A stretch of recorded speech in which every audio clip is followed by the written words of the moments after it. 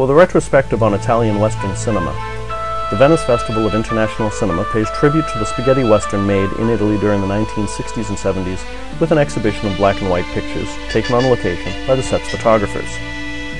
The Italian western was different from those of Hollywood in one fundamental way. The American westerns were optimistic. The hero always wins, justice is served. In fact, in the morning when the hero opens his window, he sees an endless horizon full of promise and a better life. In the Italian West, the protagonist opens his window with fear and trepidation because he knows that either the sun will warm his face or that just might be the morning he takes a bullet between the eyes. He lives in a sunburnt wasteland of cruelty, hardship, and injustice. Wild West frontier towns centered around the general store, the livery stable, and the jailhouse. The saloon, grinding away with wild piano music, girls, or more accurately, prostitutes, poker, drinking, brawling, and shooting. It's where life has no value. There is no refuge in this isolated landscape. Everyone lives lives built on quicksand. Their greed, anger, rage all become transforming elements, distorting and deforming the personality of the characters. It's the catalyst for their crimes, their passions, and their violence. When two men face each other down a deserted street, there will inevitably be a showdown.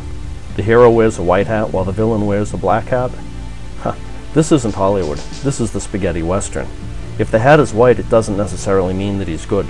In fact, no one was good, and their faces read like a map of their angry and tormented lives, the sun bearing testimony to each of their sins by branding their face with cracks and lines. Their faces straight out of a Caravaggio painting, with a pistol in hand and facing adversaries that are willing to do anything for a fistful of dollars. They were gunslingers, bounty hunters, sidewinders, opportunists and thieves, claim jumpers, rustlers, and scoundrels, all of them. On a typical Saturday afternoon at the theater, it might start out like this. The film is Django. The music swells, and we are transported, blurred and out of focus by blinding sun, and intense heat rising in waves from the arid waste. The desert, where holy men are cleansed and strengthened, and sinners are punished. The vast landscape becomes more than a vivid backdrop. It becomes a living character in the film. The camera slowly zooms in on a solitary figure.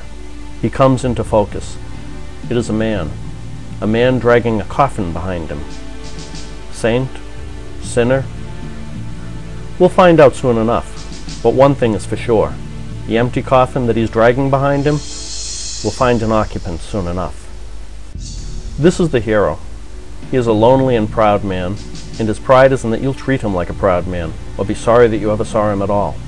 He talks as a man of his age talks, with rude wit, a lively sense of the grotesque, a disgust for sham, and a contempt for pettiness.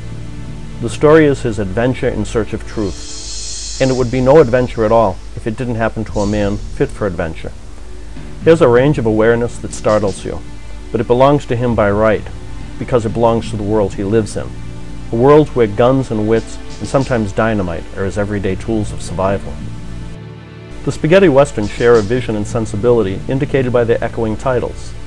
Titles like The Ruthless Four, Let's Go Kill, The Violent Breed, Every Man for Himself, The Hills Run Red, Desperado, Hour of Death, The Mercenary, Death Rides a Horse, Three Amens for Satan, Bounty Killer, No Room to Die, Vengeance is a dish best eaten cold, and if you meet Sartana, pray for your death. These evocative titles conjure up a dark, violent world of feuds, greed, revenge, and death. Spaghetti Western mania gripped the entire world, not just the Italian public, with kids able to pull a gun with a Clint Eastwood squint from New York to New Delhi, and Rome, Italy to Rome, Texas. The films are directed by directors like Sergio Leone, Tinto Brasso, Damiano Damiani, Dario Argento, Enzo Castellari, Sergio Corbucci, also working with talent like Clint Eastwood, Lee Marvin, James Coburn, Orson Welles, Henry Fonda, Lee Van Cleef, Klaus Kinski, Jack Palance, Gian Maria Volonte, Claudia Cardinale, Eli Wallach, Franco Nero, Terence Hill and Bud Spencer, Johnny Garco, and Giuliano Gemma. Spaghetti westerns were characterized by the presence of more action and violence than their Hollywood cousins. In fact, often one Italian western will exhaust more ammunition than 30 years of John Ford. The best known and perhaps archetypal spaghetti westerns were the Man with No Name trilogy, comprised of A Fistful of Dollars, For a Few Dollars More, and The Good and the Bad and the Ugly, directed by Sergio Leone, starring the then TV actor Clint Eastwood, with musical score by Ennio Morricone, all of whom are now synonymous with the genre.